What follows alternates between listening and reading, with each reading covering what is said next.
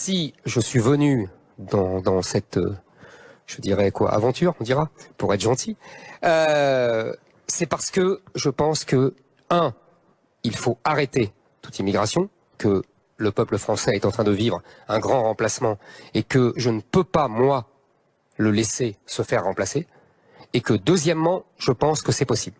Je vais vous expliquer, si vous me permettez, comment on peut faire. Je n'attends que ça. D'abord, il faut bien comprendre que il y a deux immigrations, l'immigration légale et l'immigration illégale. Et que, en général, tous les autres candidats disent on va arrêter l'immigration illégale. Sauf que, d'abord, ils ne se donnent pas les moyens, on l'a vu depuis 20 ans, et surtout, l'immigration illégale est liée à l'immigration légale. Parce que l'immigration illégale est attirée par l'immigration légale qui est là déjà, les fameuses diasporas, et chacun vient, et c'est bien naturel, d'ailleurs c'est humain, avec les gens dont il est le compatriote. Donc il y a des diasporas algériennes, marocaines, tunisiennes, maliennes, etc. Donc il faut jouer sur les deux. Par ailleurs, pour l'immigration légale, il faut d'abord, vous savez, il y a une chose très simple à comprendre. On croit que c'est la France qui détermine sa politique d'immigration. C'est faux. Depuis 30 ans, depuis 40 ans, nous avons donné des droits aux immigrés présents sur notre sol pour décider de la politique d'immigration de la France. Ce sont eux qui décident de faire venir un tel, leur fils, leur père, leur fille, leur cousin, etc. Ce sont eux qui décident ça. Et donc moi j'estime qu'il faut leur enlever ce droit. Donc les mesures sont simples. Vous avez aujourd'hui 275 000 immigrés légaux, je dis bien légaux, qui viennent tous les ans en France. Je vous donne les grandes masses.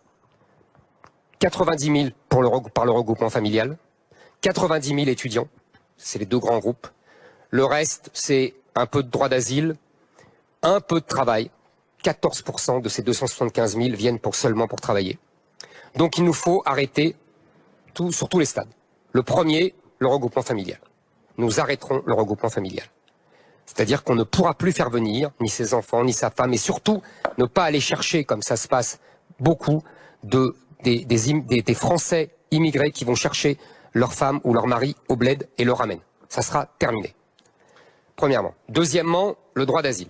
Aujourd'hui, il y a à peu près 130 à 140 000 personnes qui viennent en France tous les ans, qui demandent le droit d'asile, sont acceptés à peu près 30 000, 40 000, le reste sont déboutés, mais ils restent quand même. On n'expulse quasiment personne. Donc à partir de maintenant, quand je serai président, tous ces gens-là ne pourront plus demander faire leur demande d'asile en France. Ils devront le faire au consulat français dans leur pays. Tous ceux qui viendront en France seront renvoyés. Et par ailleurs, si vous voulez, aujourd'hui, nous avons tellement élargi les possibilités de droit d'asile qu'on en a 140 000 qui demandent. Moi, je vais réduire ça uniquement à ce que c'était auparavant, c'est-à-dire ce qu'on appelait les combattants de la liberté. Pour vous donner un exemple facile, historique, qu'est-ce qu'un droit d'asile? C'est Victor Hugo qui part après le coup d'État de Napoléon III et qui va à Guernesey, où c'est plus près de nous Solzhenitsyn qui quitte l'URSS et qui va dans le Vermont. Pour moi, le droit d'asile, ce n'est que ça. Alors. Donc, attendez, je continue beaucoup plus long. Ça, c'est les entrées légales. Mais... Puis, je supprime les pompes aspirantes, c'est-à-dire tout ce qui fait venir les immigrés, parce que nous avons le système de santé sociale le plus généreux du monde. Donc, je supprime l'AME. Je supprime aussi... L'aide médicale d'État. Pardon, excusez-moi. L'aide médicale d'État. Vous savez qu'aujourd'hui, la France distribue, si vous voulez, en gros, paye 2600 € de soins de santé par immigrés clandestins. L'AME, l'aide médicale d'État, concerne les clandestins. Que l'on soigne, des gens qui viennent pour se faire opérer, pour se faire greffer un foie, pour se faire... etc. etc. Ça, j'arrête. Par ailleurs, vous savez qu'aujourd'hui, il y a, dans ma liste des 275 000, on a découvert récemment qu'il y avait, tenez-vous bien, 26 000 entrées légales pour se faire soigner. Ça aussi, ça encombre l'hôpital. J'arrête ça. Je supprime ça. Par ailleurs, je supprime le droit du sol. Désormais, un Français, on est en France et on devient français si on est de parents français. Ça, c'est ce que j'appelle la suppression des pompes aspirantes. Troisième étape. Éric Zemmour, j'entends vos propositions, mais c'est aussi un dialogue, vous le savez. Donc vous connaissez le principe du... Monsieur m'a dit, mais je finis. C'est pas un monologue. Je vous assure, j'en ai pour 2 minutes. C'est pas un monologue. Je vous assure, j'en ai pour 2 minutes. J'expulse tous les gens qui sont indésirables ici. C'est-à-dire les délinquants, il y en a 15 000, des prisons françaises. Je déchois de la nationalité française tous les doubles nationaux qui sont délinquants ou criminels. Attendez, justement, sur ce point précis, j'ai fini. Jérémy a une question. Écoutez-le. Non. Sur ce point précis. Non, parce que vous allez me dire que je suis trop. Allez, Jérémy. Non, j'ai fini, j'ai une vous phrase. savez qui est le patron ici? C'est moi. Non, c'est moi. Jérémy, sur ce... Je renvoie aussi les chômeurs de plus de 6 mois, étrangers. Bien. Éric Zemmour, Jérémy Trottin vous demande une précision. Sur l'immigration illégale, vous avez dit, et ce sont vos propos, je chasserai les clandestins. L'expression déjà, on peut la partager ou pas, sur la sémantique. Et ensuite, précisément, vous allez faire comment? Vous chiffrez le nombre de clandestins en France entre 300 000 et 1 million en fonction... C'est pas moi.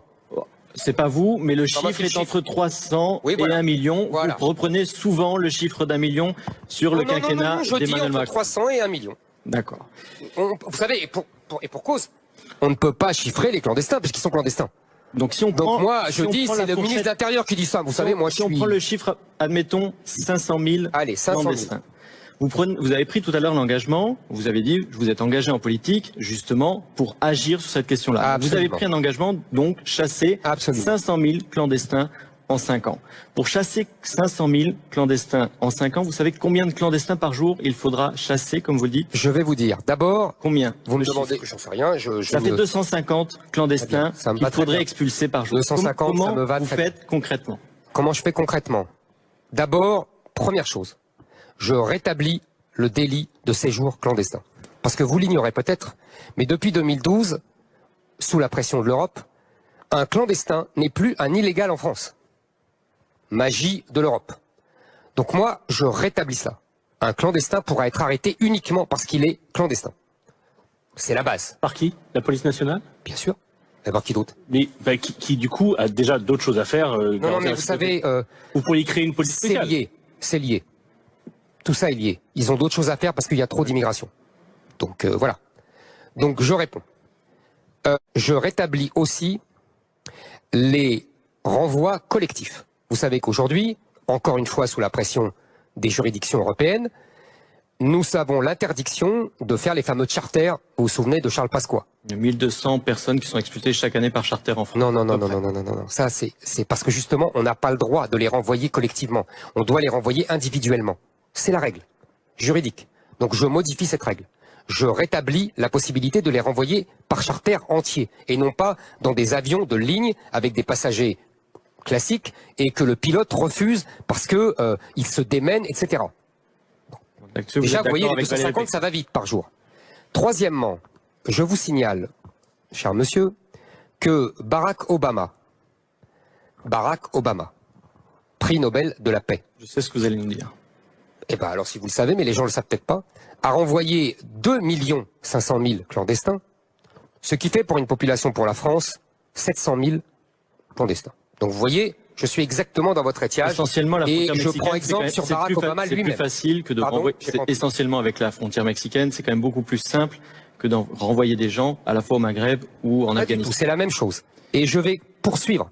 Parce que vous avez raison sur un point, c'est que les pays du Maghreb, les pays d'Afrique noire, pour beaucoup, refusent de nous signer les fameux laissez-passer consulaires. Je trouve ça absolument scandaleux de leur part, et je trouve ça lamentable du gouvernement français de céder. Donc moi, avec moi, ils ne refuseront pas. Et je vais vous dire pourquoi. Parce que les pays qui refusent, d'abord, premièrement, je supprime l'aide au développement. Deuxièmement, je supprime les visas, y compris pour la classe dirigeante de ces pays. Et Dieu sait s'ils aiment venir à Paris. Troisièmement, si ça ne suffit pas, je saisis les biens de ces dirigeants. Et quatrièmement, si cela ne suffit pas encore, je bloque les transferts de la Western Union des immigrés qui sont là vers leur pays. Vous savez que pour certains pays, c'est le premier poste de la balance des paiements. Pour le Mali, par exemple, c'est 7% carrément de la balance des paiements. C'est énorme. ça permet de faire vivre des millions de familles. Donc j'estime que ces gens-là ne peuvent pas nous refuser Bien. de signer leur laissez-passer consulaire. Dialoguer avec Olivier. Est-ce que les différentes propositions qui ont été égrenées par Éric Zemmour vous paraissent satisfaisantes, cohérentes? Alors moi, elles me paraissent cohérentes, mais il faut en rajouter. Il faut des gardes-frontières. Il faut du personnel aux frontières pour les garder. Ça, c'est un besoin personnel qui est vraiment important. C'est prévu. C'est prévu. Et vous avez comme les moyens financiers. C'est prévu. Mais on mettra les moyens. Mais ne vous inquiétez pas, on mettra les moyens financiers. Et je vais vous dire, je suis même favorable. J'appuierai. Vous savez qu'il y a un grand débat actuellement au sein de l'Europe pour savoir si on construit des murs à l'entrée des frontières européennes. Il y a beaucoup de pays qui sont favorables, la Pologne, la Grèce, etc. Et la France et l'Allemagne refusent. Et la commissaire européenne chargée de ces questions-là, une Suédoise, Madame Johansson, refuse en disant « Ouh là là là là là là, l'Europe, ce n'est ne pas être de construire des murs ».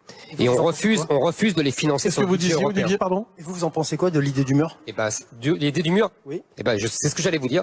Moi, je ferai basculer la majorité européenne en faveur du mur, qui sera financé sur fonds européens, parce que c'est indispensable.